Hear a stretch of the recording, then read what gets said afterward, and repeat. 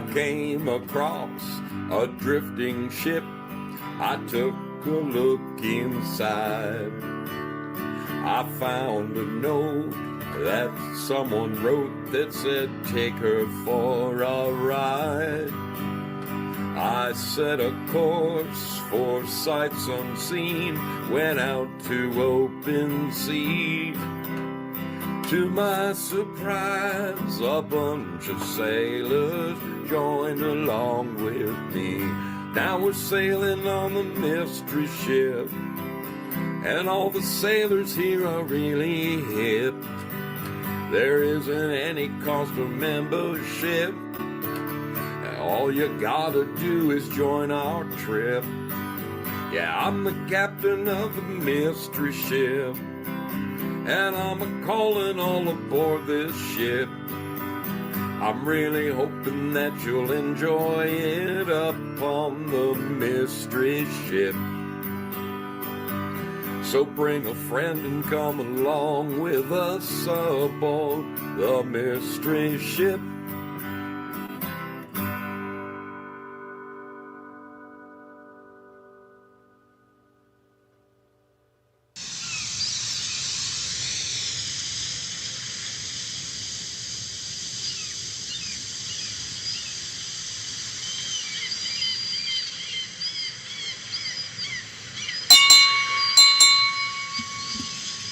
All a freaking board. Woo! Sounds hot. Am I hot? Spudley, am I hot? Spud will always let me know if I'm hot. And Spud, I'm not referring to the sexual way. I'm talking, is my microphone too loud? Spud says definitely not in either way. So, okay. I guess that means we're off. We are off. Holy criminy. Who's getting dental work? I got dental work this week, but thanks for asking. All right, there's the... I did that freaking so perfectly. My video ended just as I flipped my camera over. It is good to see y'all. I am your brother Zoe. You are aboard the mystery ship. Why am I looking over there when my camera's over here? You are aboard the mystery ship. I've rearranged some things. It's been a hell of a weekend. Honestly, I really wanted to take a shower before the show. It didn't happen. I'm sorry. I'm ripe. Get a load of that. Are you guys enjoying that? Oh, man. Holy smokes. Whoa, what a weekend. Gorgeous, gorgeous spring weekend is what it felt like. It's not quite spring yet. It's St. Patrick's Day, and we had a good one. Did you get your corned beef and cabbage? I did, and not for dinner. It's dinner time right now. It is dinner time here in the Pacific Northwest, the great Pacific Northwest, where I am pleased to be broadcasting on 5 different channels. Let me get a gander at each and every one of you. There's Twitch. And we are twitching that itch over there. Man, look at that. What a big-ass, beautiful picture. You know what's kind of funny? You guys remember, you old-timers. You old-timers remember. Do you remember the guy on Twitch? The lefty? His name is Julian Field, F-E-E-L-D. And he had this show where he just made fun of conservatives. Do you guys remember him? His show has dwindled down to nothing, people. I had nothing to do with it. I went on and just, I was a guest on his show once, and we actually found some common ground. I'm not the kind of guy that is confrontational. I'm happy to make a stand and debate for what I feel is right, but we had a great time. And I found his channel. He's down to he got himself one of those wooka wooka machines like Belushi has. Wooka wooka, you know, those whatever those things are. It's what those DJs in New York used 50 years ago. And he's, I guess he throws a dance party once a week. That's the extent of his show now. There's nobody on the right to make fun of anymore because I guess they're all right. I guess they've been proven correct in all of their crazy, crazy conspiracies. Let's see if we're live over at the Tube. Are we live at the Tube? Oh man, we are live at the Tube, and we got peeps. We got peeps. Minnesota gal says she can't stay long. Have company. Loved all the sailors. Minnesota gal, just know we love you, and we are continuing to pray for you, darling. Hope everything is good in your world. Dark Brain is hanging out over there. Good to see you. Great to see you. How are we doing at the home of free speech in America? And I am talking about pilled foxhole right there, baby. Pilled foxhole. Yes. Oh my goodness. We have got sailors up the wazoo. I better be careful. They might come out of my wazoo. Prairie Fire is in the house. Girl Patriot is with us. Great to see you, little lady. Thank you. She's a new mod at the big show on Friday nights and doing a wonderful job of it. Beware of manatee. Get get the hell out of here. All right, I got to show this to all the platforms. Look at this. Beware of manatee. Come on. Recognize that. Come on. What is it? Right there. It says beware of manatee. I guess it's too bright. I guess it's too bright for my camera to pick it up. I've moved my camera yet again. I'm trying to go all the way from the General Lee. It is so hard to do that in reverse. All the way from the General Lee, all the way over to both. You can see Libby and Peggy. Libby and Peggy are both in the garage. Yep. Clean and ready to rumble. Clean and ready to rumble. What's going on here? Why is that? Oi. All right, back to our saying our hellos. Joe Elaine. Jojo, how are you doing? Joe has had to reel it in a little bit. She has been an incredible mod on like 40 programs, sometimes 4 at a time. I don't know how she does it. It'd be one thing if she had a setup like this, okay? If she had a setup like this, right?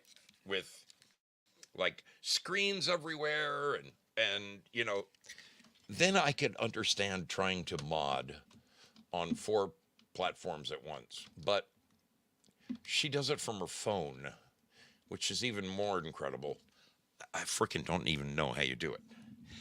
Anyway, she reeled it in a little bit. She said, Zoe, I'm going to back off a little bit. My family needs a little more time right now. I need a little more time. And she's still a major mod everywhere you would expect her to be a major mod, and that will never change. Do look for her on, quite frankly, on the mystery ship, of course, and 412 and on, my dear brother Adel. Great human being right there. And you'll see her from time to time everywhere else. But I applaud it. I applaud it. Joe's had a lot of things going on. There's only so many hours in the day, Joe. I love your decision making. Yes, indeed. Well, who else is hanging out? Sigurd, the Dragon Slayer, has dropped in to say hello. Cynthia, my dear sister from Boston. Boston.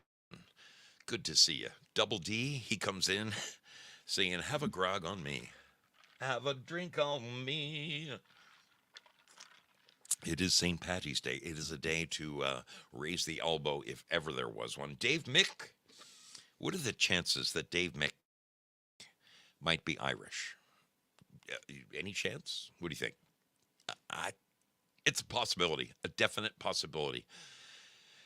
Yes, Double D in the house. Let's see, we're scrolling down.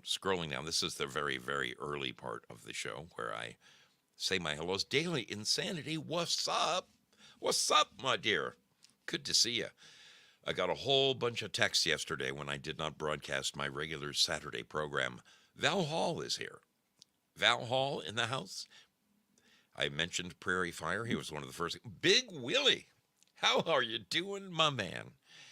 Brother, it is great to see your smiling face. We have been, brother, we've been praying for you for a long time. I hope you are doing well and your health is, well, here's to your health. This is right to your health. In fact, I'll drink this to your health. Sherry Pittsburgh comes bearing gifts. Good to see you, Sherry Pittsburgh. Thanks for joining us. You're always welcome on the mystery ship. Good to see you, kiddo. Val Hall, it's always a pleasure. Always a pleasure to look up and see your smiling face. Mm-mm-mm-mm-mm. Ah, yes. Well, they call them turntable turntables, really? But they're not. You can't put a record on them, Double D. It's just a wooka wooka machine. You play music and somehow you twist knobs and turn dials and you it looks like a record, but it's not. And then when you shake it, it goes wooka wooka wooka wooka. I don't know. I don't.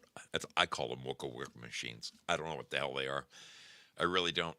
To me, a turntable is the thing I have in my storage area. I've got like four of them. Does anybody need a record player out there? Because I've got some. I've got some Stone Age dinosaur type record players that really should go to someone who would appreciate someone with an album collection who has lost the ability. If you need a turntable, please reach out to me. I will mail mine to you. I've got more than I need. More than I need. Great to see all of you hanging out at Pilled Foxhole, my friends. Thanks for joining us. Thanks for joining us. Let's check in over at Rumble. And I see 8 beautiful people at Rumble. No one has really chatted with the exception of Andy Social, but that's perfectly okay. Good to see you with us. Welcome. Welcome, my friends at Rumble. Rumble is another free speech platform where you don't get spanked for speaking your mind. In fact, they're going to great lengths. Rumble is attempting to buy TikTok. At least that's the rumor on the street. Now, I've avoided TikTok like the plague, but if Rumble buys it, it could get interesting, people. Could get interesting. Go Rumble. That's all I can say. Go Rumble. One more check-in over at YouTube just to see. Wow. Yes. Fellow Frankly here. Hector from San Antonio. Hector, you are always welcome. Let me turn you blue. Let me turn you blue, my man. Thanks for joining us. Pleasure to have you. Pleasure to have you aboard the mystery ship. Look at that. Dark Brain is with us. Andy Social is also over there. This is, yes, cheers all around. Yes, Hector, I'm right there with you. I may have to come up with a video so I can go get a little bit more. It is St. Patrick's Day, and after the weekend I had, I feel like bending an elbow. I really do. All right, we are going now to the home of the champions. Do you see this right over my shoulder? Right over my shoulder is it's a chart. These are the platforms that I broadcast to. And currently, there is a crown. There is a crown on a magnet. It's a crown on a magnet. That crown belongs to the D-Livers. The D-Livers summoned up all of their cerebral fortifications and brought them to battle. Once a month, I have a trivia challenge between the 5 platforms, and the winner gets to proudly boast with the crown like D-Live is doing. They're on a virtual spree right now. I think, if I'm not mistaken, this could be the 3rd month in a row that they are busy patting each other on the back over there. Anyway, it is wonderful to see my D-Livers. They are, holy smokes, there's 53 of them over there. 53 of them. God bless you, D-Live. Good to see you. Let's say some hellos over there. Sleeping Stars is in the house. Artist 61.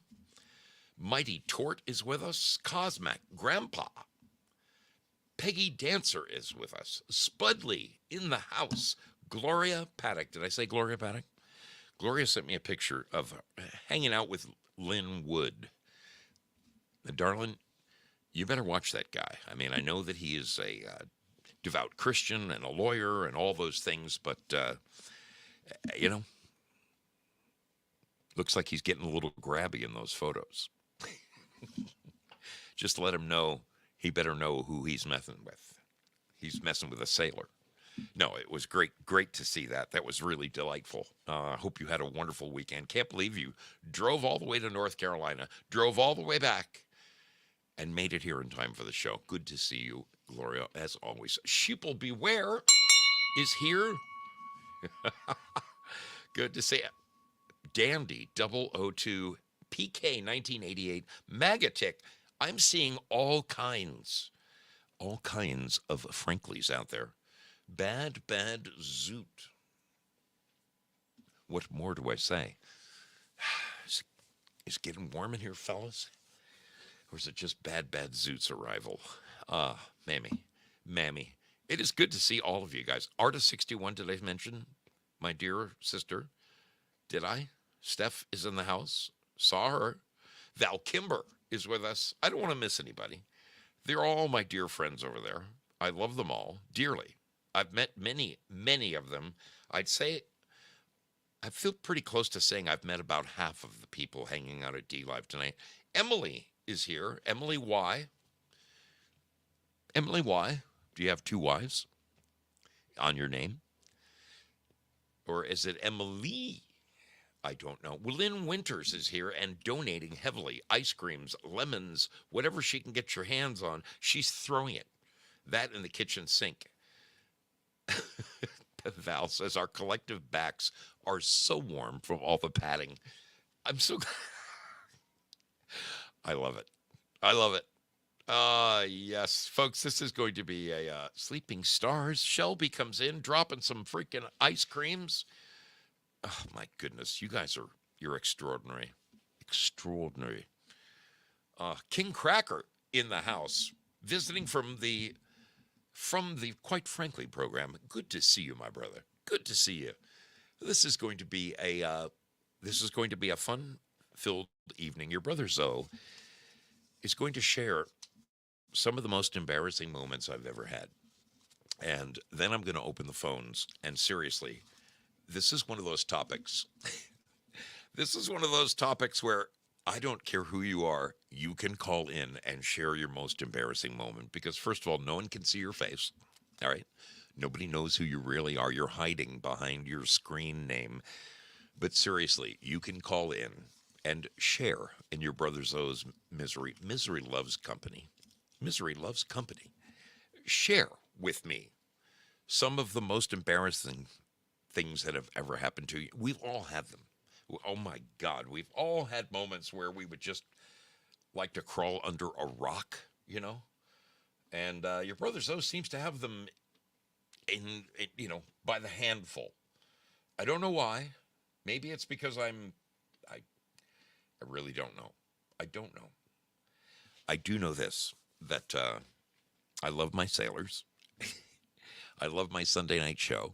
And damn it, we're going to have a good one tonight. It is going to be a time well spent. It's always time well spent with all of you. Let me take one last look around just to make sure I'm not missing anything. Willie Fixit is in the house. Willie, what the hell is going on? There's a picture of me and Willie and his lovely gal Hannah. Reminds me of Amos Moses and his pretty wife Hannah. Live down in the tippy corner of Louisiana. No. Anyway, good to see you. Great to have you aboard. One last peek around the horn. Great. We haven't missed anybody. This is going to be fun, people. So glad you decided to join us on the mystery ship tonight. Your brother Zoe, I mean, by the time the time this show is over tonight, I will be like the emperor with no clothes on. Okay? Really. Except I will remain clothed for you. Just for you. Thanks for joining me. We are going to have a wonderful, wonderful evening tonight. Let's roll right after this. Why do we sail upon the mystery ship? 'Cause we never know where we'll go next.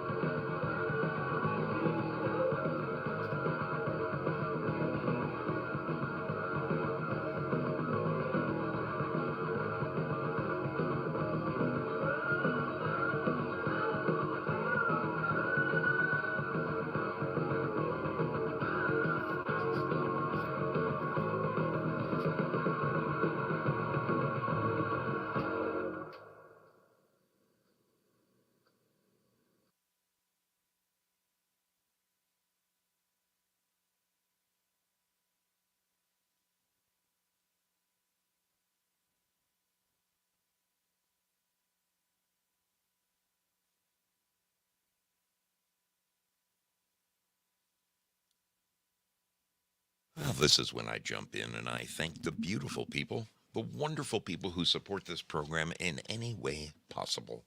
Folks, whether you are kind enough to send a little something along in my PayPal or Cash App, or decide to send me some lemons or maybe some gold pills, you are the salt of the earth and I love you to death. I really do. I truly appreciate you to no end.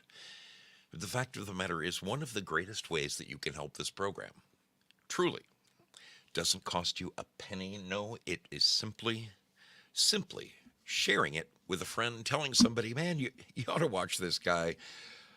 Some of his shows are pretty damn entertaining.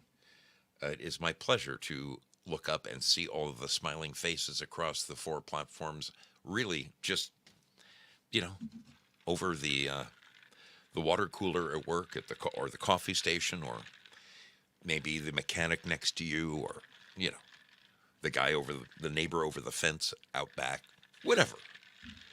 Those of you who share this program on your Facebook and whatever, I appreciate you to no end, because I'm telling you, somehow, some way, I don't know how, I don't know why, but every week when I fire this thing up, there's more people watching than the week before. There's 60 viewers over there. 60 viewers at D Live. God bless all of you. Black Cat, how you doing? You snuck in the back door, you little black cat. Good to see you. Good to see you. I really hope you all had a great weekend. You know, my Saturday rock show is over here, Zoe. Move your eyes over here. My Saturday rock show is like the bane of my existence. Okay, I love it. I hate missing it. I enjoy it. It allows me. It's a release for me.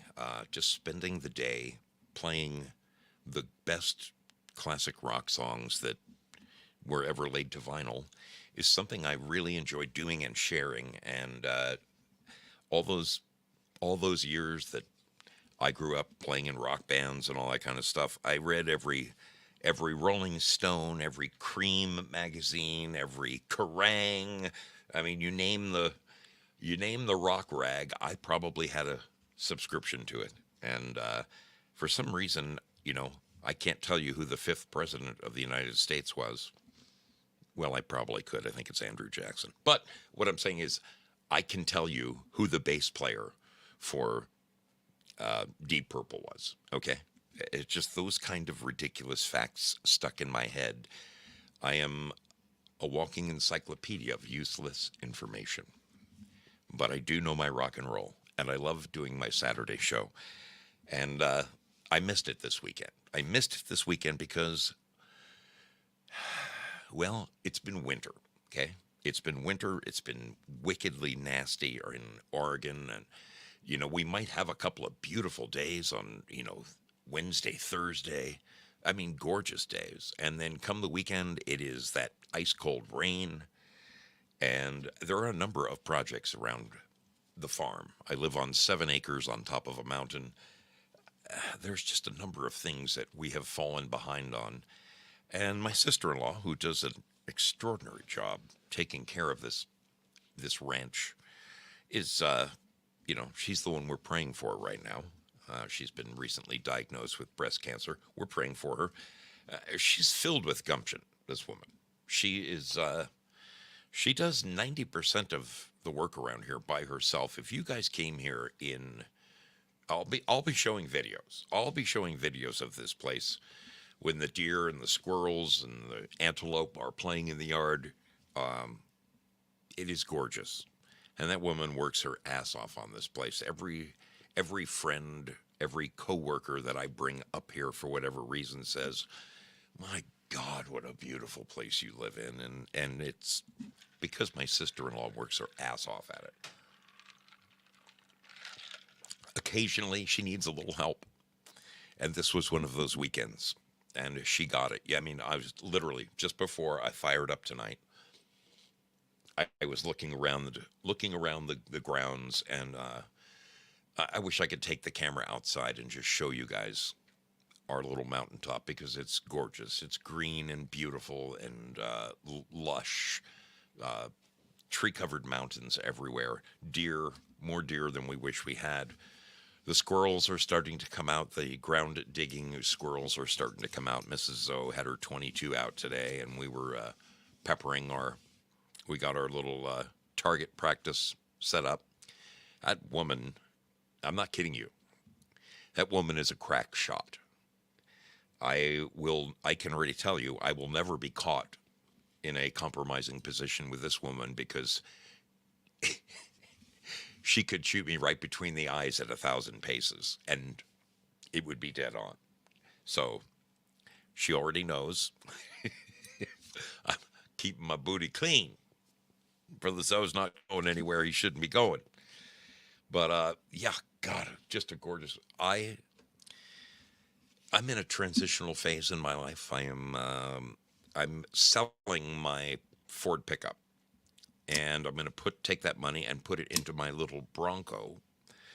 And in order to sell the truck, it was loaded to the gunwales with tools, and inside, being a construction worker, it's a little difficult to keep your truck pristine on the inside. I started by taking half of my wardrobe out of the back seat, and then I literally opened all the doors and scrubbed her to death, brought the hose literally inside. I cleaned that thing. It has been armor-alled. It looks like somebody else's truck. In fact, it's so nice, I wish I should probably keep it. The problem is I've moved from the sticks to the bigger sticks. And here in the bigger sticks, we actually do have to take our vehicles in and pass some kind of smog requirement. And my truck just won't pass. Even though it's a fairly new and modern truck, it's got some issues, and it's more money to fix it. I basically have to put a new engine in it to fix it. But if I sell it to someone who lives outside of my county, they can take it right in and register it tomorrow. These are the things that drive me crazy. If I lived in the next township up, I could just take it in because of my address, because of my zip code, and register my vehicle. But no, here I have to pass a smog test, and there's nothing wrong with the freaking truck, okay? There's nothing wrong with my truck. But I got a guy who's interested in it, and so I worked my ass off on that thing, cleaning it up, and it's actually very, very, very nice. For what it is. For what it is. I need to take the money from the sale of that truck and pay the gentleman. I'm hiring several of the guys I work with. I'm going to finally build my 20-foot by 40-foot 2-story storage unit here on the property. And that one thing alone, I've had the materials sitting in the yard now for 4 years. I had a couple of setbacks. I had a shoulder operation. I had a number of things set me back.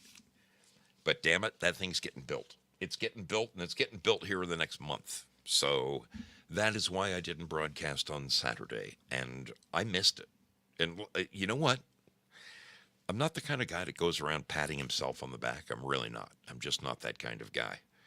But one of the things I did this weekend was I've got one of these great big Mambo speakers that you can wirelessly hook up to your phone.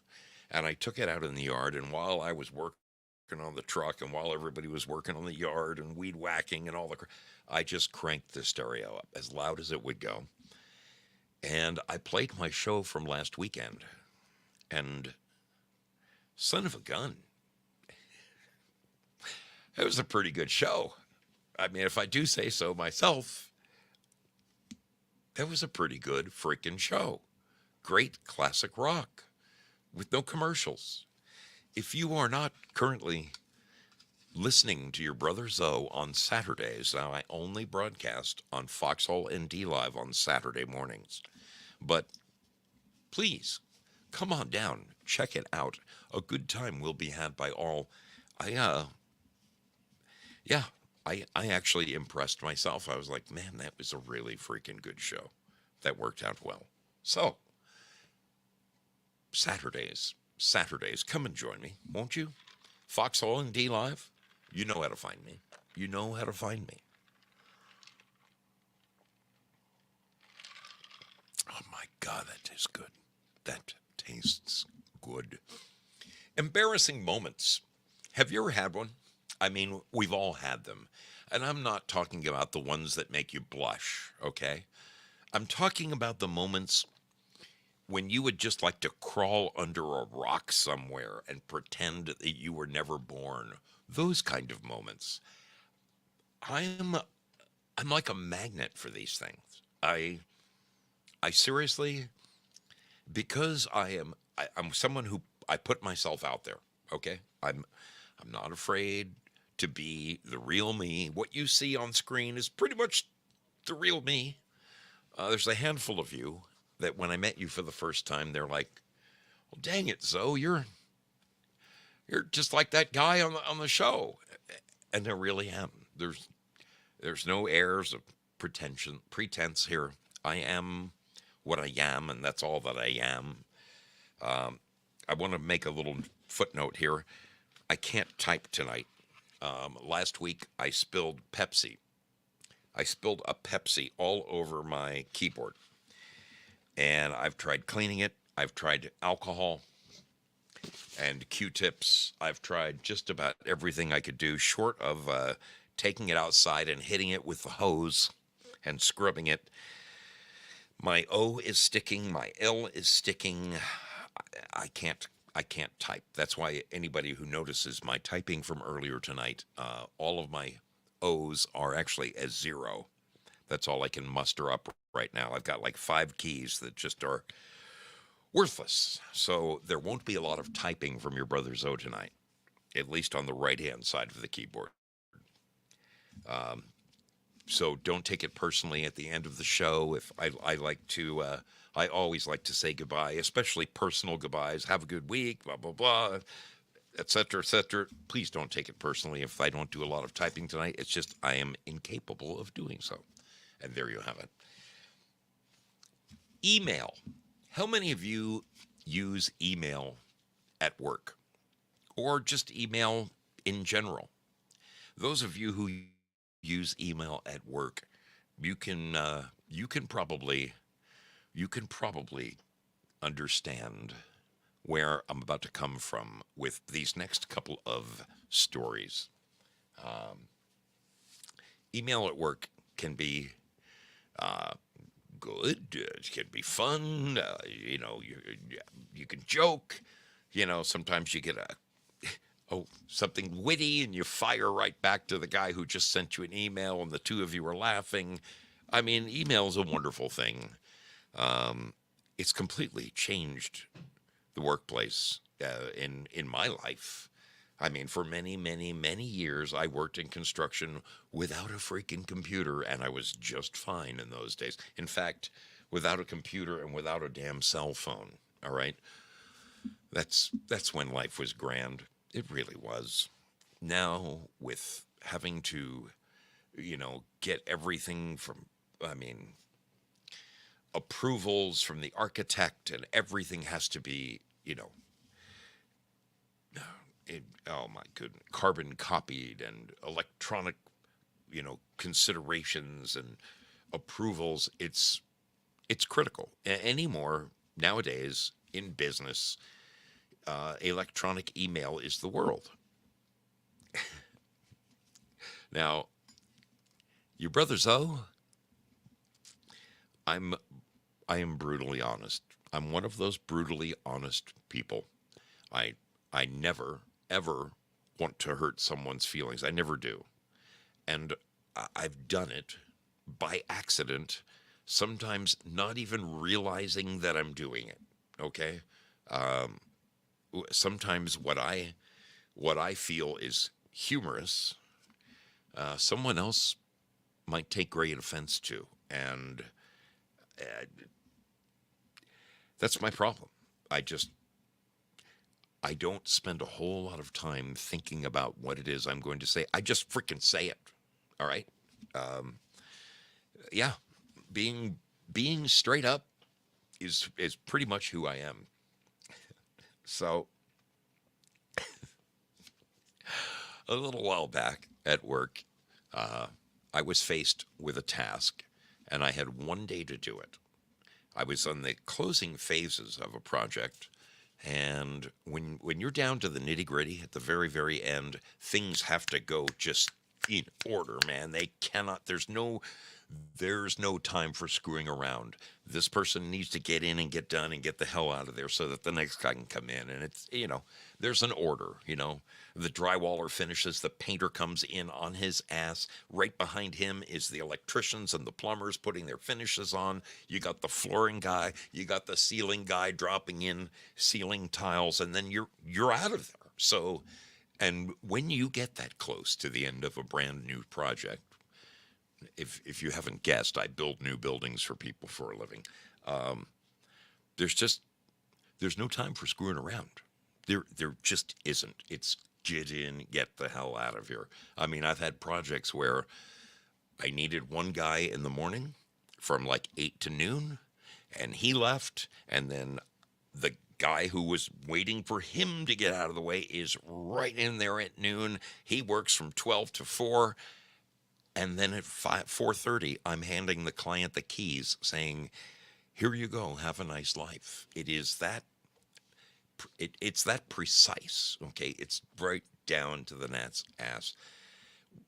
And although I consider myself a patient man, there are times when I have very little patience. Such is the case on the project I was doing recently. We needed carpet put back in the building. And by carpet, I'm not talking, big giant rolls. I'm talking those little 2-foot by 2-foot carpet squares, okay? Very, very easy to install. You snap one line, you put down one straight row, and you're off to the races. So it's about a week. It's about a week before I need to install this carpet. And I'm fine, just streamlining everything. Okay, this guy's coming in, that guy's coming in. Carpet, I need carpet done. So I reach out in a blanket email to the office and I say, hey, I've got, we're in a bind, folks, because all of the good carpet guys in town are working on the big hospital project, 150,000 square feet. They've got 18 carpet guys over there from 7 different companies. We're not going to get a carpet guy. I don't know what you think we're going to do, but we may have to do this ourselves. And I get a response. I get a response from one of the people in the office that says, oh no, we're going to use, and I'm just going to pick a name, okay? I don't want to say somebody's name. No, we're going to have Joe come and do it. Now, Joe is someone who works for my company. Well, Joe was just on my job last week. And Joe had injured his knee, okay? So he's walking with a severe limp. He can barely get up and down the stairs. And I've got 1 day to fill in like a jigsaw puzzle of removed carpet. Some of the carpet got demoed. We pulled a couple of walls, so there's strips where there used to be little pieces of tile. Now I need a full piece of tile. The thought of having this one-legged man come in and bomb out my carpet in 3 hours or less was just preposterous, okay? Plus, I happen to know this guy from a previous lifetime. He used to work for another company, a flooring company, and his track record was abysmal. I mean, this guy would show up. The rest of us are there at 6:30 in the morning. By 7 o'clock, we are in there turning screws and doing whatever it is we do. This guy would show up at 10:30 in the morning, just getting to work at 10:30. He gets out. First thing he does is he brings his dog dish and fills it with water and puts it right in the middle of my job site, right in the middle where we're driving scissor lifts and all.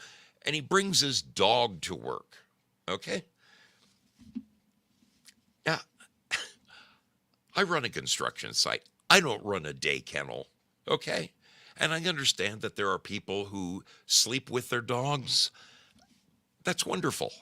I love the fact that you love your animals so much. I don't sleep with my animals.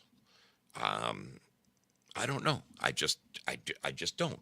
Um, I don't have anything to say about people who do. If that's your, if that's what you want to do, then God bless you. Have a wonderful life. But me myself, I I enjoy being. I don't know. That's a whole different story. Anyway, Joe, and that's not his real name. Again, that's not his real name. Joe would show up at about 10:30 and do the most minimal amount of work you ever saw, and then would leave at like 2 o'clock. Well, I gotta go pick up my kid. You know, my ex and I, she's not gonna pick up the kid at school, so I gotta do it. I'm like, wow, man, you got a 3 hour and 45 minute day in today. You are just killing it, baby, killing it. So I already have this track record with Joe. Unbeknownst to me, Joe left that carpet company and now came to work for my own company. He came to work for my own company where he promptly hurt himself, bruising his knee badly. And I mean, the guy could barely walk. All right. So when I put out the APB, gentlemen, on Thursday, starting at noon, I have one half of one day to get all of the carpet in so that the following day we can move the furniture in. And they say, don't worry, Joe's got this. I'm like, are you freaking kidding me? Are you daft? So I responded to this email and I said, everyone, I don't personally know how Joe got hired here in the first place.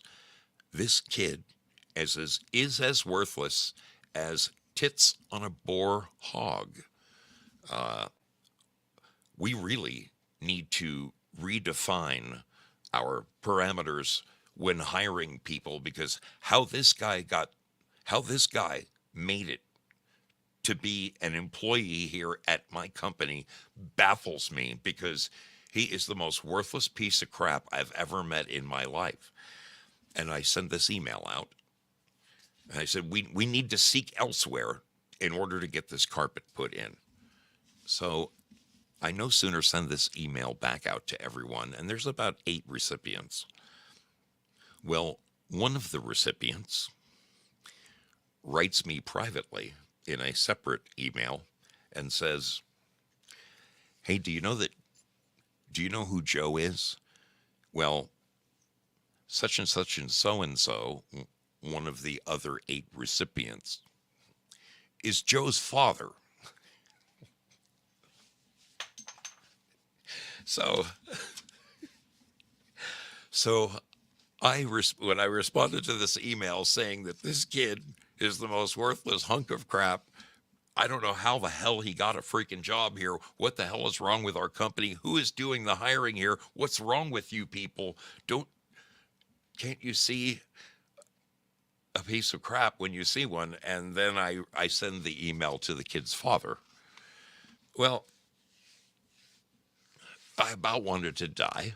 That was one of those moments where I really, really wished I had never pressed send in my life. But I told the truth.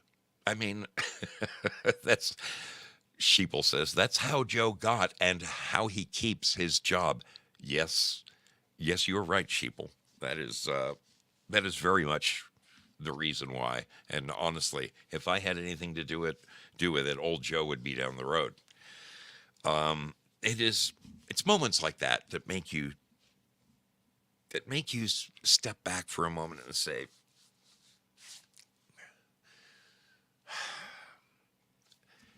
I have a high pressure job. Okay. But sometimes you got to say to yourself, be a little more, be a little more kind. Be just a bit more, what's the easy.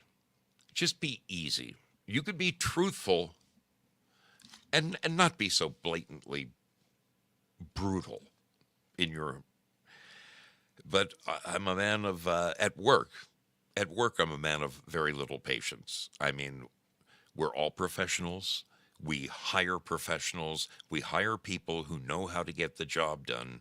And I get surprised, when I get surprised by finding that we've hired someone that never should have even been interviewed in the first place, I don't, I just don't get it. Okay, I don't get it. We all have those moments. We all have moments like that. Another another amazing time when I put my foot in my mouth like nobody's business. And just a second ago I was looking for it. I had it here. Oh, let me take one more look.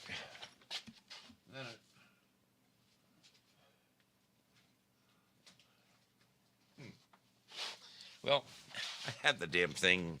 Had the damn thing in my hand a week ago. Um, those of you longtime viewers of this program know that I worked in Hollywood. I worked in Hollywood for almost 10 years, just 9.5 years, on a television program, a very, very uh, popular television program. I'm to embarrassed to say I ever had anything to do with it at this point in my life. It seems like a complete world away from who I am today and now. Because yeah, the idea of celebrity and all that. I worked for back in the '80s when I was in my 20s.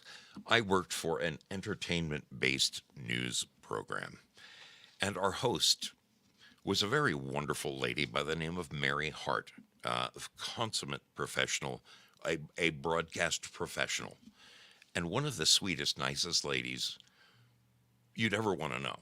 And I mean, professional from the word go. But like all of us, we all have our little nuances that make us who we are, that make us special and make us different. And my job in Hollywood was I was in the post production department. That means during the course of a day, there are people out shooting stories. There are people dreaming up new stories. What are we going to talk about on next week? There are other people who are taking stories that have already been shot and edited, and they're looking at 45 minutes worth of tape and trying to reduce it down to a minute and 56 seconds. Those are producers, ADs, associate directors. We have those people. We've got the legal people, and they make sure that every word that is written, every word that is spoken on the show isn't something that can get you into trouble and get you sued. So they protect you from slander and libel. And then you have the research department who makes sure that every word that is spoken is factually correct. No, he's been in 10 movies, not 9 movies. What's wrong? I mean, so there's a giant funnel in television of all of these different jobs and aspects. And at the bottom of that funnel, where it all trickles out and gets onto the air, that's where I was. Okay, I was at the neck of the funnel. And one of the things that I did each and every day is I took the stories that were going to go on the air that day, made sure that they were edited correctly, because everything in television you had 26 minutes and 20 seconds to fill up a half-hour show. So everything was down to the second. And I would take the talent, whether it was John Tesh or Mary Hart or whoever, and I would put them in a voiceover booth using this exact microphone, this very microphone. I remembered this from my Hollywood days when I ordered it. And I'd say, okay, Mary, I need you to read this one in 5.4 seconds. This next one, I need you to read in 2.3 seconds. And this last one is 17.35 seconds. Are you ready? And that woman, I'm telling you, she was so good. When she would start talking, I would hit this little timer and we could both see it. There was one inside the booth and one outside the booth. And I mean, that woman nailed it on the first take every freaking time. She was that good. That good. But I would have 4 edit bays up and running. And believe me, time is money. Time is valuable. People's time is valuable. And these directors and associate directors who are trying to edit down their story for going on the air that day they're pressed for time. You know, we've got to get in and get this done and get it down to master control so that the show can get threaded and the show can be produced that day. I mean, I started at 4 o'clock in the morning down there. I mean, we did not mess around. Mary would always stop at her favorite little coffee shop in the morning and say hello to the people. And then eventually she would finally find her way over to the voiceover booth where I would have, by that time, 4 or 5 different stories ready for her to read. Now, the thing is, the stories can get edited without her, okay? Somebody else can temporarily fill in her voice and, you know, then she can come in and, you know, as I mentioned a second ago, sometimes I would have copy that was pre-recorded, the story's already edited, and we need to drop her voice in. But the truth of the matter is, there's nothing better than letting someone read cold copy in their own voice, in their own timing, rather than make someone, you know, fit somebody else's time slot. It's so much more natural sounding. It comes out better if you would let someone just read it at their own gait. We all speak. Some people speak like who's the Ben? What's his name? Who speaks 1,000 miles an hour? You know, the guy with the yarmulke. And then there's other people that just kind of poke along, right? So the problem that I had is these directors would come in the voiceover booth and they would read in a monotone thing. And Arnold Schwarzenegger last night at the premiere of, you know, so they would come back to me and say, okay, Mary needs to read this one in 3.2 seconds. I fought very hard to just wait a couple more minutes. She'll be here. She'll be here. Let her read it in her own time. So I was having one of these very, very conversations, and I'll never forget. The voiceover booth was behind me. My desk was right in front of it. I'm standing with my back to the desk and my back to my voiceover booth. And that's where the door is, where you come in. Meanwhile, I'm talking to this director, and I'm telling him why, on this particular story, I really don't want him to read. I want him to let Mary read it in her own good time. It'll make for a much more believable and interesting and well-produced story. And he says to me, why is she late every day? Why is she so late every day?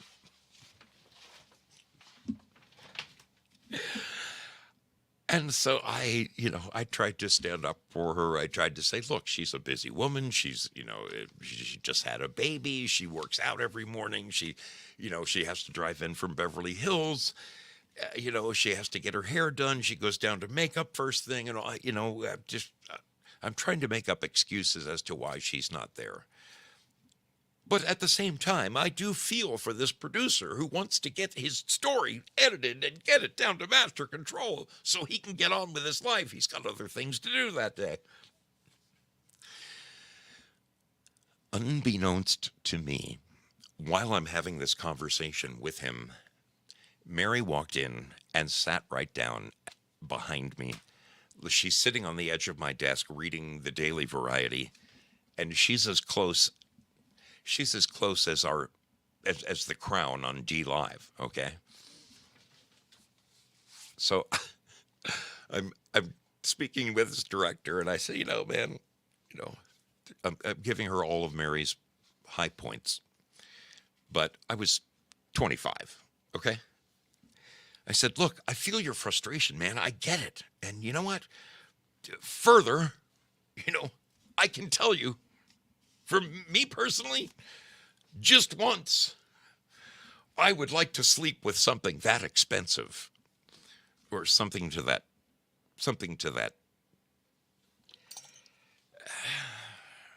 And the two guys who were standing there that I was having the conversation with, they absolutely just disappeared. They, both of them, immediately disappeared into the edit bay. And from behind me, I hear, "Good morning, Al." I I wanted to die. I wanted to die. I mean, here, seconds before, I just explained that I wanted to have my way with this woman, and she was kind enough to act like she didn't hear it. Although there's no way she couldn't have heard me say this. I I couldn't even face her. I myself ran away. I ran away into an edit bay, and I was hiding behind one of the tower speakers, just thinking to myself, "Okay, are you going to get fired for this, or what's gonna happen?" You just made a very rude comment about the star of the show, who, this woman had power. She had leverage. And, to her credit, she pretended like she didn't hear a thing. And that's one of the things that made me really appreciate this woman even more, because Hollywood can be such a dog eat dog. Uh, you say something, and people talk behind your back. It really, that's the thing I loathed most about my job in Hollywood, was that people are so two-faced. They they'll say this to your face, and, "Oh, you're so," and then the minute you walk away, they turn to the person next to them and say, "Can you believe she's wearing that rag?" I mean, they just. Now, I was never the type. I'm just not the type to cut people down. It's just not in me, man. It's just not who I am. You know. Um, but I do tend to call a spade upon occasion, and in this case, I shot my mouth off in a way that, oh, I wanted to die. I really wanted to die. And Mary, God bless her, pretended that she never heard it, and that was amazing. That was amazing. It was beautiful. Um,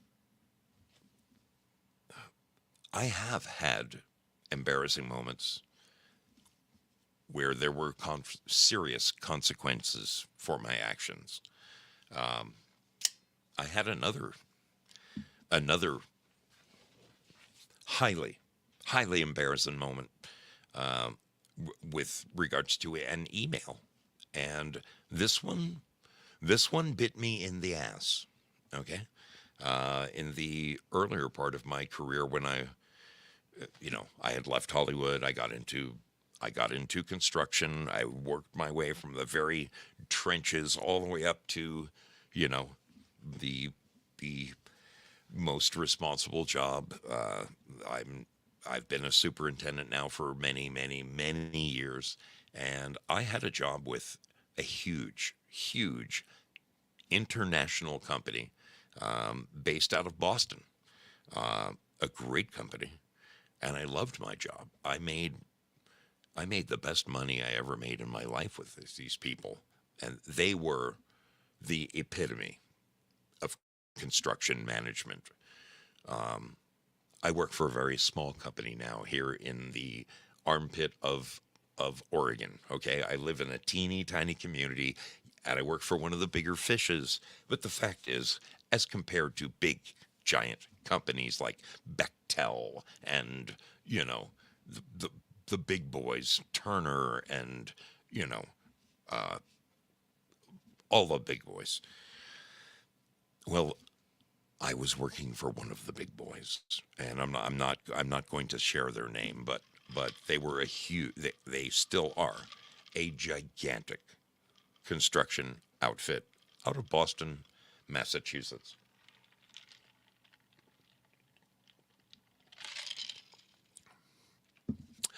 I was on an account, and I don't mind saying this part. I was building Cheesecake Factory restaurants. That's what I did.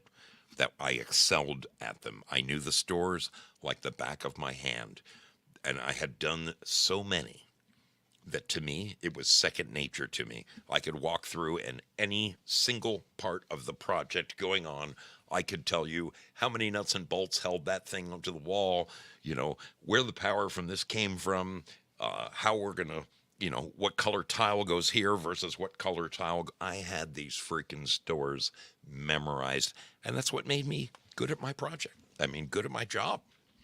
So I was I was finishing up this project in Los Angeles, and I was literally in my week of final inspections. Okay, final fire, final HVAC, final electrical, final plumbing, final structural framing, and you're out of there, baby. You hand them the keys. So critical, critical path. And we were missing we were missing the receptacles on these beautiful stainless countertops where they were going to put the coffee grinders and the coffee makers and the microwaves and the all the important kitchen stuff. We were missing the receptacles, and I said to the guy, the electrician, why aren't those in? He goes, well, I mean, it depends on what configuration I don't really know which ones they are. And rather than, they're $150 a piece, rather than buying the wrong ones and then having to switch them out later, I figure I'd just wait till they got here and then we'll switch them out then. And I said, well, brother, for final inspection, the inspector's not going to want to see three wires sticking out of the wall. You got to put some kind of receptacle there. And he says, well, I'm not disagreeing with you. If you can find out what receptacles go there, I'll put them in. So I reach out to the lady who's in charge of providing the coffee machine and the microwave and the coffee grinder and all these cheesecake factories are so precise, and they do so many a year that they long ago quit outsourcing their stuff. They now have their own construction department. So the coffee makers and everything you need, they're all sitting on shelves in their warehouse. And then when the time comes, somebody like me comes calling and says, hey, send me the kitchen equipment. Boom, it's on a pallet. You have it the next day. It's hooked up the third day, and they're up and running on the fourth day. They were very streamlined. So I wrote this woman an email, and I said, would you mind telling me? I said, I've built 14 cheesecake factories so far, so I kind of know how this works. The coffee machine can either have, a single prong with a vertical and horizontal alternate prongs on the ground and the hot lead, or they could be a tri-plug, angled this or that. And I went item by item by item based upon my experience. I said, could you please tell me which ones we're getting? Because my electrical inspection is day after tomorrow, and I need to get the receptacles in. And I said, this is very urgent, red hot. And I sent it. And I waited, and I waited, and I waited, and finally, 5 hours later, this woman finally responds to me. And she says in her return email, well, Al, it could either be this kind or it could be this kind. As far as this machine goes, it could be this kind or this, or it could be this kind. In other words, she just repeated back to me my exact question. Everything that I asked her, she she just wrote back, and instead of saying yes, it's this one. Well, it could be this or this, and on this one, it could be that or that. That's exactly what my email said. That is exactly what I asked in the email. So I had finished a different cheesecake factory. Like I mentioned, this one that I was working on was in Los Angeles. I had just finished one outside of, where was it? It was in Connecticut. It was in Hartford, West Hartford, Connecticut. And I was working with a superintendent there who we became fast friends. Just a great, great dude. Very, very funny guy. We're still friends to this day. To this day, we are still good friends. And I went to forward this email to him so that he could share in my misery and understand where I'm coming from. And I said in the email, "How do you like this, broad? I'm at a critical juncture here, and all she can do is repeat the questions that I asked her. Meanwhile, I've got my thumb up my ass because my inspection's tomorrow, and I still don't know what kind of receptacles I need." And I went to forward it to my buddy.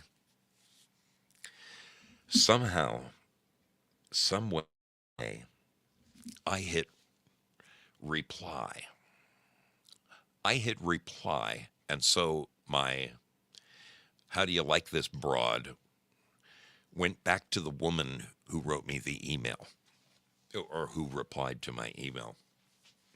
And I can tell you, folks, this time it didn't take her 5 hours to respond. She responded in like 3 minutes.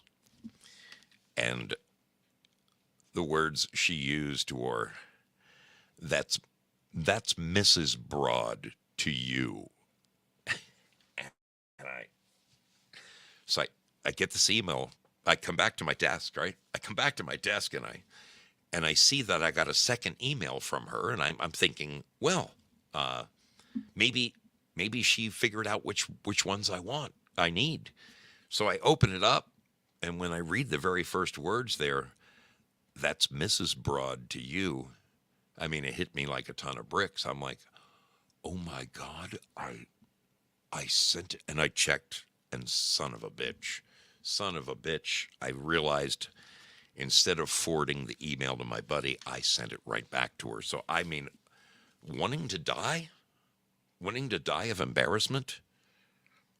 Well, it's one thing to say something, but when it's there in an electronic form and it's there for all time, there's no denying it. I didn't know what to do. I really didn't know what to do. I turned to another senior superintendent friend of mine that I had a lot of confidence in. I knew I could confide in him. I said, "Brother, what do I do? What do I do in this instance? I'm dead. I'm dead meat." He said, "Try to pass it off like a joke. Try to send her another email and act like you intended to say that. Like, anyway, I attempted, but it didn't do me much good. The next morning, I awoke to a 4 a.m. phone call from the boys back in Boston. And they said, "You will be on the 7:30 flight from LAX to Boston. I will meet you at the airport. I will pick you up at whatever it was, like 2:30 their time." And I had to go through a week of sensitivity training. Yes, your brother Zoe became sensitive. Sensitive. I was taught. I was taught that you don't call women broads anymore. Okay, now I didn't mean anything by it. I really didn't mean anything. I'm telling you the truth here. I'm telling you the truth. I use the word broad in the same token that, in the same sense that, like, Humphrey Bogart referred to women as broads. I could have just as easily used the word babe. I could have used the word chick. Okay? I mean, if I had been successful in forwarding this email to my friend, I could have said, "How do you like this lady?" All she did was repeat exactly what I told her, what I asked her. And yeah, I kind of wish I had used a word like babe instead of broad. But let me tell you, there are times when there are times when you have to own up to your own actions. Um, Deplorable Thora. you you took the words out of my mouth, darling. Yes, I could have called her far worse than a broad. I really could have. Um, it's a good thing I didn't. I probably would have lost the job. And let me tell you, I mean, that was one of the most. Those were some really really good years working for that outfit. Okay, it was before the '08 depression or recession or whatever you want to call it. The man made. Yeah. Oh boy. I sat through a week of sensitivity training, and this very nice woman, "Well, do you understand why we don't call women broads anymore? Because, as women get older, they tend to, fat settles on their hips and they end up getting wider, and broad is really it's a very derogatory term, and we really shy away from using the word broad." And I'm like, I have to sit there like a little puppy dog and just pretend that I'm really learning this for the first time, and I never realized that the word broad was a bad word. I mean, it was. My God, I wanted to just lose my shit. Okay, I really wanted to. And after the sensitivity with training was over, I went back to my supervisor, who is a giant big wig in the company. And he says to me, "Tell me, man, who were you sending that email to? I know you weren't sending it to her." And I said, "No, man, I was sending it to the guy that I just finished a Cheesecake Factory with 8 months ago." I said, he would have gotten a laugh out of it. He goes, "Did you learn something?" And I said, "Yeah." He goes, "Well, you're about to learn something else. You're no longer on the Cheesecake Factory account." What? You know?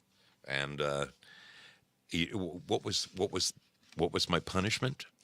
What was my punishment? I'll tell you. I got sent to work on the Margaritaville family of restaurants, like Jimmy Buffett's Margaritaville. And whereas everything in the Cheesecake Factory world was precision and beautiful cherry wood and perfection and fantastic tile, and you're measuring stuff in micrometers, and there's no room for error. These buildings have to be perfect.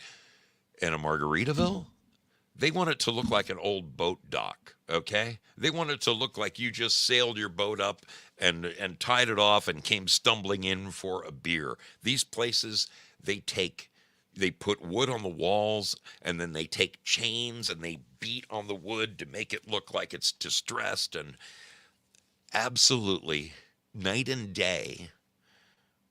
So it was actually a reward.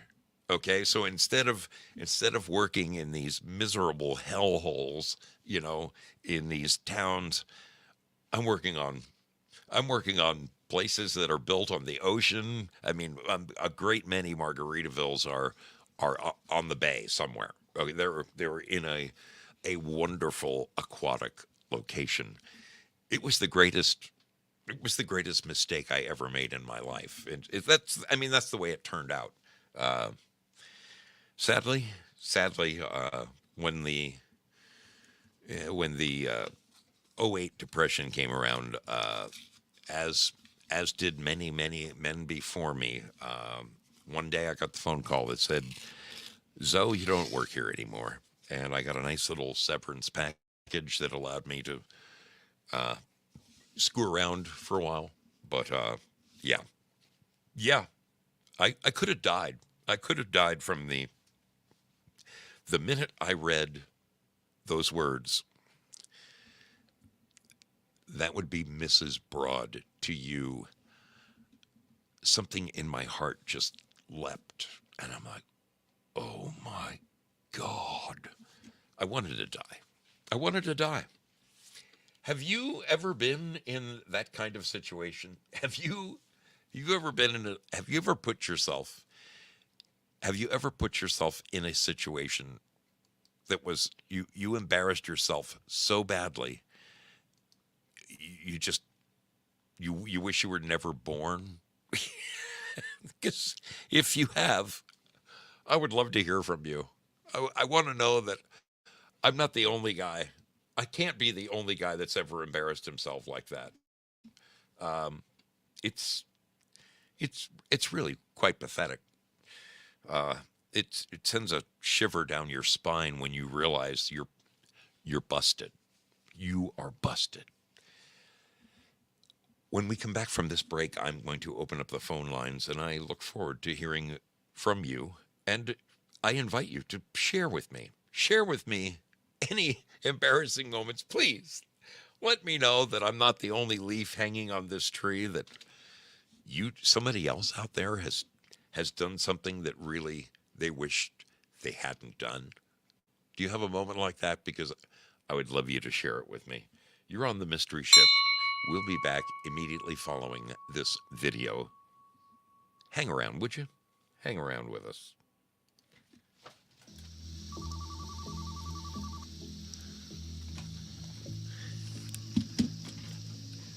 Why is this my friend from Texas?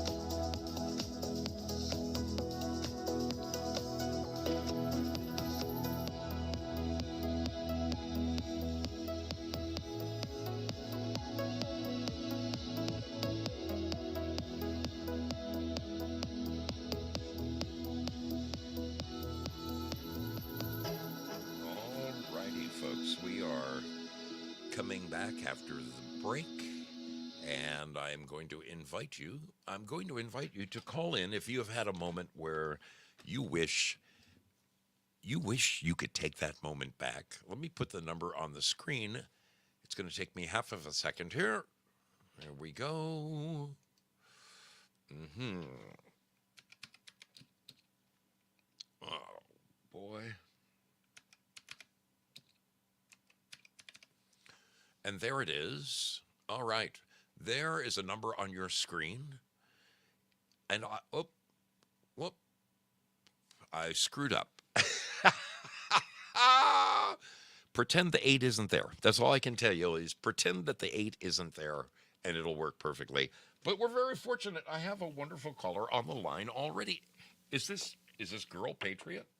This is Girl Patriot. How are you doing, darling? Wonderful. I'm doing fine. Wonderful to hear your voice this evening. Have you had an embarrassing moment where you wish you could have taken it back? So I could fall on the sword. Hearing your stories, let me tell you, it started long ago. When I was 7 years old, I was raised Catholic. Okay. And As was I. yes, and when you're 7 years old, you do your first confession. Oh yeah. So they brought all the kids to church, and my friends were there. The boys on one side, the girls on another side, and we had 2 confessionals that we were going to be using. And I looked so cute. My mom put my hair in braids. I had a nice wool outfit on, wool tights, and so it was my turn to go into the confessional. Well, when I go into the confessional, I kneel down. Bless me, Father, for I have sinned, because I got so dang nervous because I had used my middle finger, pointed at people. I had used the word brownie instead of, swear words. Okay. And I fought with my brothers and sisters. So I got so dang nervous that I had an accident. In the confessional? In the confessional with all my friends there. So I was like, oh my gosh. So the priest is trying to get me to, come on, let's tell me your sins. So anyway, I opened up the door and I said, Sister, I've had an accident. Okay, dear, just go sit down. Go back and sit down. So they had to close the damn confessional. Everybody had to each one. And now all the kids are talking. She peed her pants in the confessional. Oh my God. So it started back then. I haven't had those kind of accidents. I learned my lesson from that. But believe me, I've had more. Oh my God, that is. I just wanted to share that because that is. it stayed with me. That is a beauty. That is absolutely a beauty. And of course, I mean, how can you live that one down? All the kids are in line to use the confessional. Why is the confessional cut? The Why? little girl that sang Ave Maria. Yeah. All the time. What? Why are they bringing towels into the confessional? What went on? No, they just shut the darn door. They used the other confessional. I was like, oh my gosh. I was like, I love it. I love it, and I appreciate your call so much. Thank you. You made me feel so much better already. Right. Talk to you soon. Thank you. Okay. Bye-bye. Oh my goodness. There are. That's funny. That is funny. Peeing your pants in a confessional. That would be pretty good. I mean, that would be one that would be hard to live down. Oh, my brother Double D. One thing I know, he probably has a good story to tell. Double D, is that you? Have I got you on the line? Yeah, it's me. What is? Oh my gosh, I feel so bad for her. Can you? Oh, Lord have mercy. Dear woman, I'm so sorry that happened to you. Oh man, in front of all the kids you go to school with. Yeah, in front of all the kids. Yeah. And you know what? I'll be honest with you. Same damn thing has happened to me before too. Hey, I wasn't raised Catholic, but I've had an accident like that before. Yeah. And you never live it down. They'll remind you about that 15 years later. Those. Yeah, luckily they don't live around me no more. That's the only good thing about it. So tell me, Double D, have you had yourself an embarrassing moment, one you wished had never happened, and you just wanted to crawl under a rock and die? Name a time. I'm just going to put it that way. Name a time. Well, I'm hoping you got a good one to share. I can name about 50 different times. Give me the one that bothers you the most to this day. All right. So the one that bothers me today is a postmaster that I had working at Kirkland Post Office. I literally, and he was riding in my vehicle in the jump seat that they put in the backside of the vehicles. I was delivering some mail to a unit. Unfortunately, somebody was literally in the bathroom, just sitting there, putting up their makeup. Luckily, we were so close to the post office itself where I was delivering the mail. Yeah, unfortunately, we didn't make it. So, what what became of this? Luckily for me, I have always carried an extra pair of uniforms in my locker at work. So I was able to quickly change out. Yeah, not fun. Kind of snuck in the back door and whisked off into a phone booth somewhere. Well, the funniest part was this. The postmaster at the time that was riding with me said, "Okay, I see how you work. Go ahead and go back to the post office." All right, cool. Fucking 45 miles an hour and a 25 mile an hour. Oh, yeah. You couldn't break and get back there fast enough. Mm-hmm. Yeah, and you know what, ladies and gentlemen, I don't mind being that particular person that says that happened. Yeah. But yes, in fact, it did. Oh, man. Yeah. Yeah, a little hard to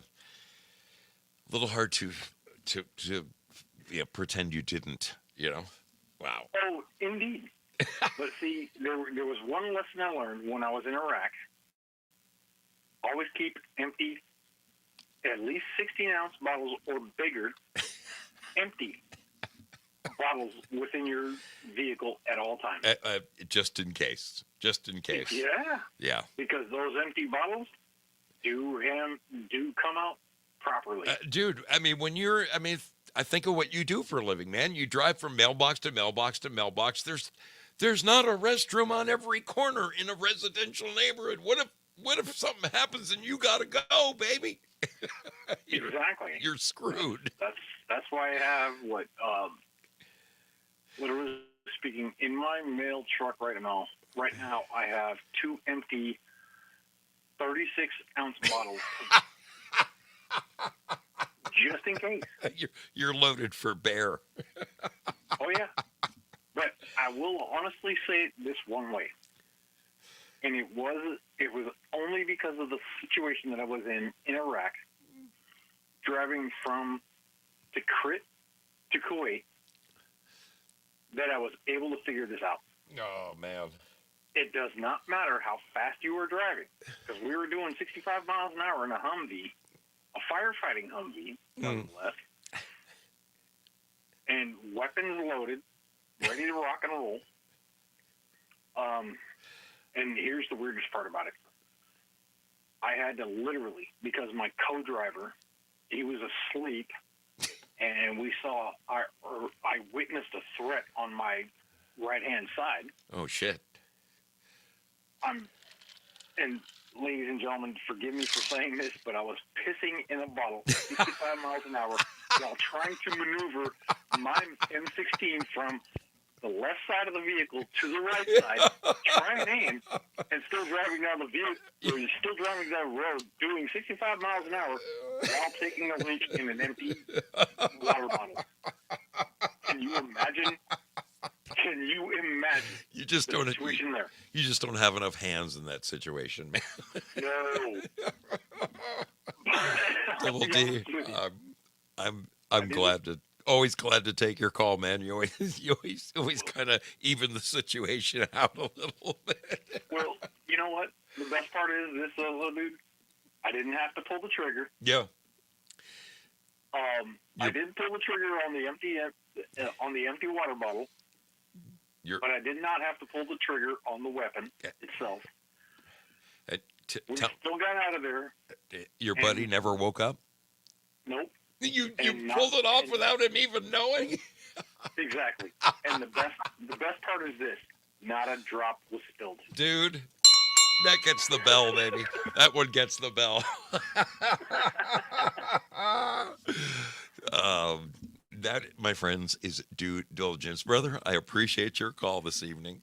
Thank you kindly. All right. And this is one of those things that I was trying to keep silent most of my life. I was like, you know what? Screw it. Fuck it. I don't care. Not tonight. Freaking love you, brother. Thanks a lot for sharing. You're welcome. We'll talk to you soon. Okay. See you, buddy. All right. Bye. Oh my God, that is that one. That's a couple of beauties right there. That is oh my goodness. Oh man, a moment where you just wanted to die. Do you have one? But please share it with me. I need some more of these. Well, good evening. Who do we have on the line? You have on the line Lynn. Yes. Yes, indeed. I thought I recognized the digits there on the phone. How are you doing, little lady? I'm trying to think about whether or not my story would top that one.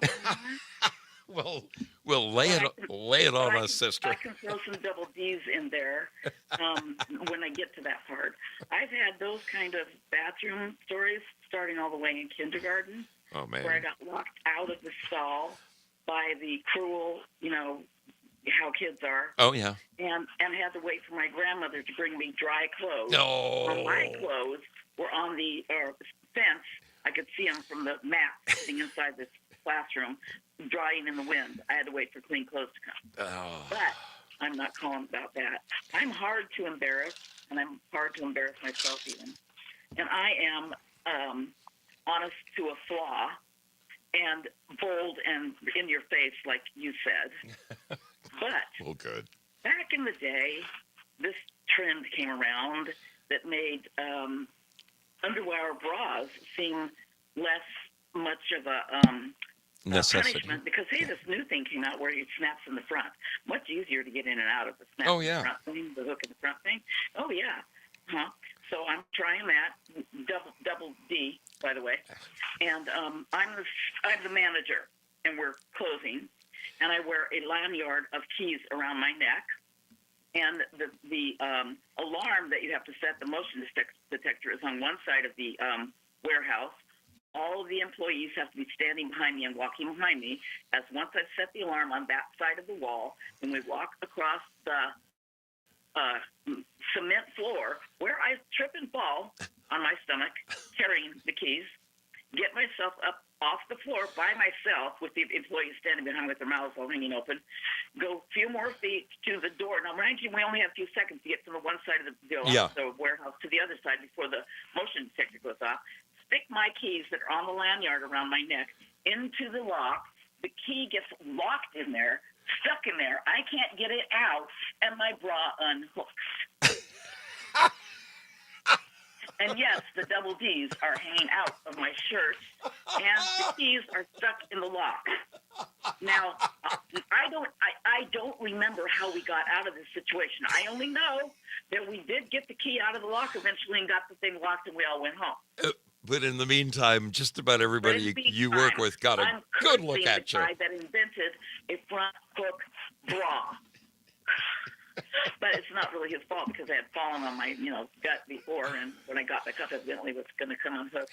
Anyway, I want to embarrass myself even further. I was 75 on last Monday. Well, happy birthday, my dear.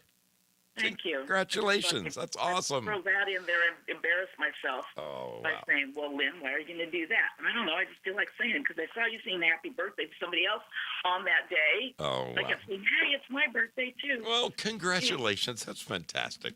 Fantastic news. Anyway, that was my I double love D it. story. I love it. I know it can't top his, but Did you I just have to ask, did you get any joking from the employees later? Like, I think nice rack, lady. I think they were also in shock because I don't remember which one of them had to step forward to get the key out of the lock so that I could stand back up and hope that my boobs were still in my shirt.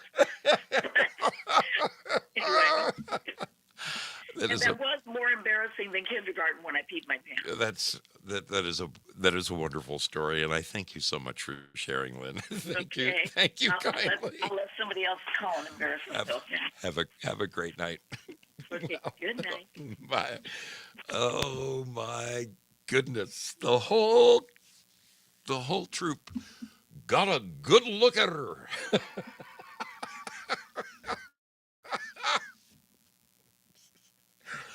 Don't you wish there was video of these things? Don't you wish you had it on video? Oh, my goodness.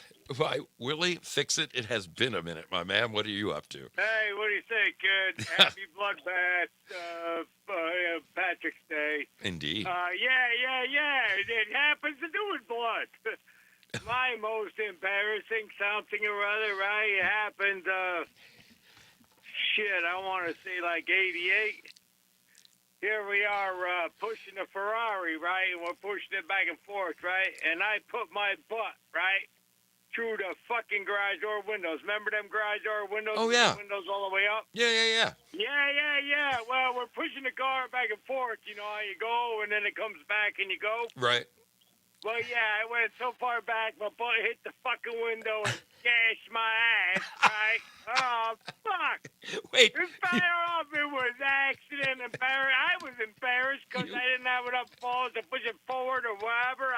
It wasn't like somebody was fucking with me to push it the other way, but whatever. But yeah, I had to drop trowel and this fucking piece of glass. The broken glass made your ass bleed. Oh, yeah. So that's a pretty good one, I think, for embarrassing shit. I was embarrassed as a fuck. I was like, I don't know if I was like 20, 21 years old, something. I was a young kid with the older crew there, whatever. I was youngish. Oh, that was, my God. Embarrassing being a mechanic, working on a Ferrari, pushing it. You know what I mean? Pushing a car. You know how you push a car.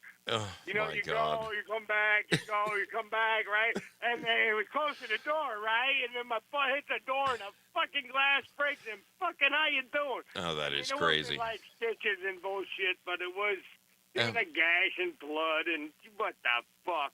Absolutely. One of the guys, the parts guy was, old Vietnam guy or whatever. You knew you had to pour alcohol on it, this and that. And Oh, yeah. Band-Aid on your ass. Yeah, you can't do it yourself. What? I mean, come on. Your ass hanging out in the shop. I mean, come on. That's pretty embarrassing, right? I think it's a beauty. Did I meet the, whatever you call it, the qualifications for the call? Fuck. Oh, my goodness. Willie, thank you for the call. Man, just because of the day. All right. So, hope everything's going good. Love you, man. See you later, man. I'll see you, buddy. Bye. Willie, fix it. The inimitable Willie Fix It. He somehow managed to put his butt through a window, breaking the glass, and then the glass went and cut his ass, and he had to have his friend doctor him up. That is, that's a beauty. That's a beauty right there. Oh man, that's one of those times I wish Good. Well, Willie, I'm glad that you can remember those moments and share them with us, because what the hell? That's what makes for good late night internet fodder. Holy smokes. Oh, holy criminy. You know what? It's so weird. I keep forgetting that my Sunday night show starts at 6 and not 7. So as I glance at the clock, I'm thinking, oh, fuck, I got all the time in the world. When the fact is, I should have been out of here about 15 minutes ago, or at least 5. All right. Well, we're going to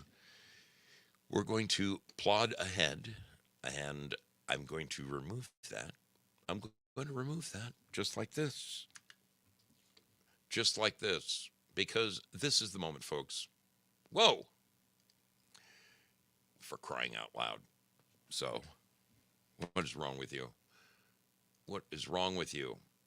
All right, I have to enlist a new freaking video source. Oh, for crying out loud. It's been so long since I display capture? No. Video capture device. That's it. Video capture device. Add existing. There we go. That should work. Okay, he's back. I found my camera. And we'll bring it back. All right. So don't do that again. All right. I'm going to take a moment. I'm going to release the scratching over there. Can I please thank all the lovely people who donated to the show tonight over on Pilled Foxhole. You are absolutely wonderful. Let me shout out some names here for the beautiful people. Due Diligence, Cynthia, Sherry Pittsburgh, Girl Patriot, Q&A Holes, Razor, Goobage, and Dave Mick. Thank you guys for your support of this program. Without you, I don't know where we would be. I really don't. Go and get yourself some gold pills over there. Over here, they are donating like there's no tomorrow. Let me take a second and load up the treasure chest here. Yes. I'm going to do, here we go. This reminds me of an old Creedence song. Here we go. Brother Zoe is dropping some gold pills. I'm still spinning on Pilled. What is going on with Pilled? That is so weird. I could try, the show's over. That is bizarre. Well, okay. We've got wonderful people who have been donating lemons all night. I'm here to reward you now. I dropped some love your way, and here it comes. Let me distribute these rewards. They're coming at you in 25 seconds. In 25 seconds, you will be seeing some lemon love coming your way at D Live. Thank you to everyone who came and hung out here tonight. Hey, look at that. I actually won a gold pill of my own. That's rare. That doesn't happen a lot here. I almost never win anything. What happens if you refresh? Does refreshing do anything? That's weird. That's weird that on Pilled Foxhole, they just had a spinning wheel. Got to go round. That's a shame. A crying shame.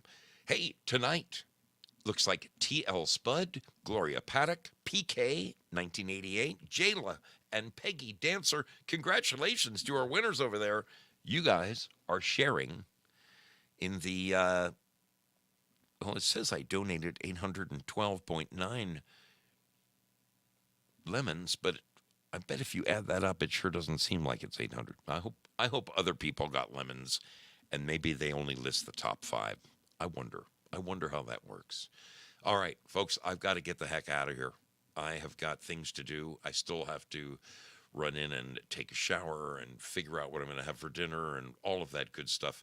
I do appreciate you coming and hanging out on the mystery ship this evening.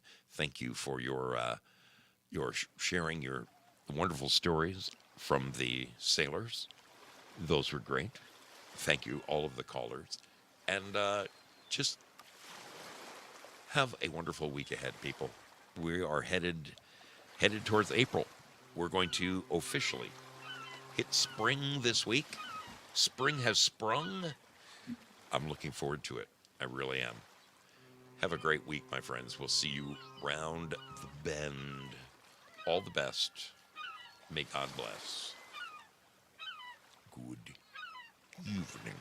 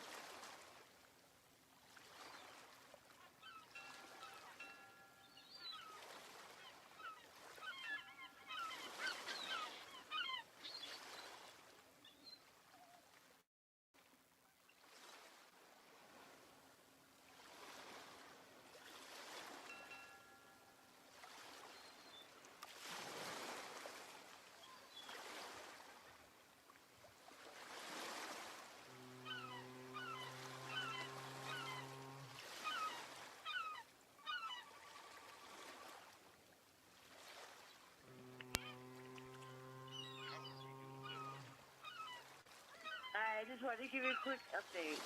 Yeah. Please don't think I was avoiding you or No. We're all good. Yeah, totally, we're all good. Just Gary called me last night. We ended up screaming at each other for like, I don't know, 45 minutes. He's being Gary. Maybe he's getting stronger, he's getting longer, and he's in a little hurt, but he's getting stronger, he's getting better. And I asked him, can you get out of bed yet? No, I can, I'm working on it. So, I don't know if you ever met Coco Scott. She's another old timer from Foxhole. He's got her sucked in this shit now. I got him to give me her phone number so we can talk, because he was trying to con her into going and clean up his apartment, doing blah, blah, blah, blah, blah. And I was like, all right, no, girlfriend. Because I have actually met her and hugged her. She's a black woman, I'm a white woman, and she's absolutely marvelous. Coco Scott, is that her name is? Yes. I think I know who this is, yeah. And she's a wonderful person. She has her own problems and her own issues. From the little bit I've gathered lately, she's fundamentally homeless, living out of her car. But she has a place to go. She has a place to be. She doesn't have to be there. But she went and saw Gary last weekend, and she called me. Yeah, weekend before last. And she called me because I got the phone number from Gary. I was like, no, I got to talk to this girl before she goes there. Because God loves Gary, but he's a little fucking vampire. He can be an if at times. Is he, I mean, is there hope he'll move back into his home sometime soon? Not soon. He thinks there is. He was posting on Tron Show today, like next weekend, when Coco and I just have kind of tentatively scheduled to go clean up his crap, literally, out of his apartment.